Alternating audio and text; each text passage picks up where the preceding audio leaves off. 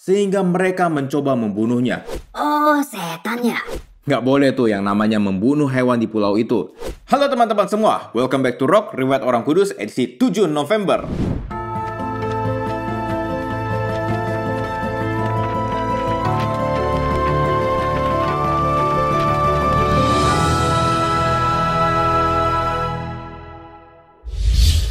Hari ini kita akan membahas riwayat dari Santo Willibrordus, pelindung terhadap epilepsi.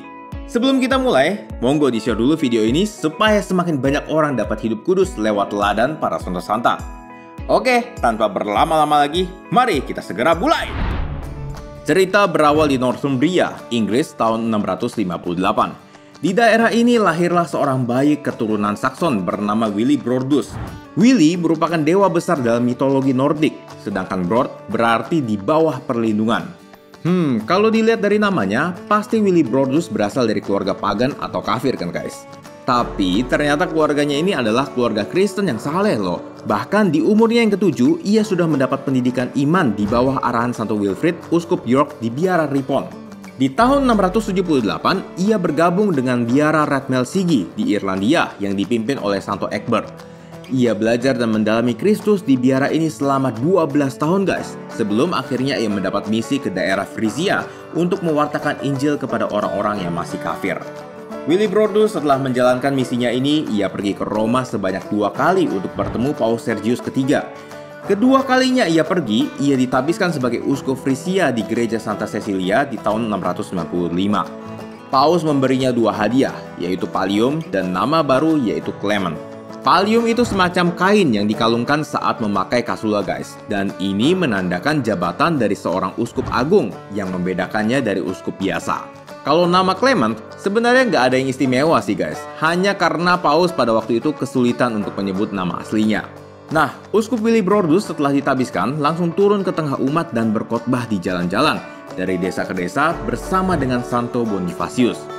Ia juga membangun paroki-paroki dan berniat untuk meletakkan dasar kerasulan untuk generasi mendatang, sehingga ia mendirikan sebuah biara di Utrecht dan di Etonach. Pewartaannya ini membuat orang-orang, terutama para pemimpin pagan, marah sehingga mereka mencoba membunuhnya. Tapi ia selalu selamat. Tantangannya mulai semakin berat setelah Raja Pepin II meninggal dunia. Seorang penguasa baru beraliran paganisme menduduki tahta Raja Friesland atau Frisia bernama Raja Radbod. Raja membunuh banyak misionaris dan menghancurkan gereja-gereja serta menggantinya dengan kuil-kuil dewa kafir.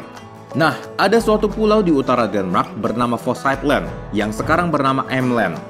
Pulau ini dianggap sebagai tempat paling suci oleh orang-orang pagan. Nggak boleh tuh yang namanya membunuh hewan di pulau itu. Nggak boleh juga mengambil air dari mata air di pulau itu. Ataupun makan sayur, buah-buahan, dan segala jenis tanaman yang tumbuh di pulau itu. Mendengar kekonyolan peraturan itu, Uskup Willibrordus ingin membuktikan kalau dewa-dewa pagan itu tidak ada dengan cara memburu binatang di pulau itu dan menjadikannya hidangan. Belum sampai di situ guys, ia bahkan membaptis 3 orang menggunakan air dari mata air yang ada di pulau itu.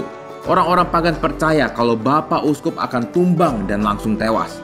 Tapi ditunggu 1 menit, 2 menit, 3 menit, 1 jam, 1 hari, gak ada satupun yang terjadi. Orang-orang lalu memberitahukan kepada Raja Radbod apa yang terjadi. Radbod lalu mengamuk dan memerintahkan Willibrordus dan kawanannya harus mati supaya dewa pagan mereka tidak murka. Insiden ini membuat Uskup Willibrordus dan kawan-kawannya harus melarikan diri dan 1 orang dari kawanannya tertangkap dan menerima mahkota kemartiran. Situasi baru mulai kondusif setelah Charles Martel, putra dari Raja Pepin II, mengalahkan Radbod di hutan Compiègne tahun 719. Setelah itu, Bapak Uskup kembali ke Frisia dan melanjutkan karya pelayanannya di tengah umat selama 20 tahun. Ia kemudian meninggal dunia saat retret di Etonach tanggal 7 November 739. Teman-teman, kita boleh banget nih contoh sifat beraninya Santo Willibrordus. Eits, tapi bukan berarti telak-telak di copy paste ya. Kita juga harus tahu kalau zaman sudah berubah. Tentunya pengaplikasiannya juga berbeda ya guys. Kalau dulu beliau berani melawan dewa-dewa pagan yang bisa dilihat. Sekarang, tantangan kita bisa dibilang sangat berbeda guys. Kenapa? Karena sekarang kita melawan sesuatu yang gak bisa kita lihat. Oh, setan ya?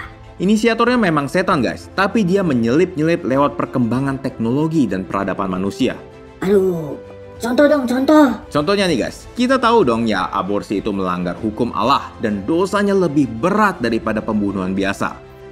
Seiring berkembangnya peradaban manusia, setan mulai menyelinap masuk lewat berbagai hal. Misalnya dengan menanamkan pikiran kalau ini kan tubuhku, ya akulah yang bebas mengatur tubuhku dong. Ini kan kebebasanku, hak asasiku. bukti konkretnya yaitu adanya legalisasi aborsi di beberapa negara saat ini, seperti di Korea Selatan, Rusia, Prancis, Singapura, Vietnam, dan masih banyak lagi.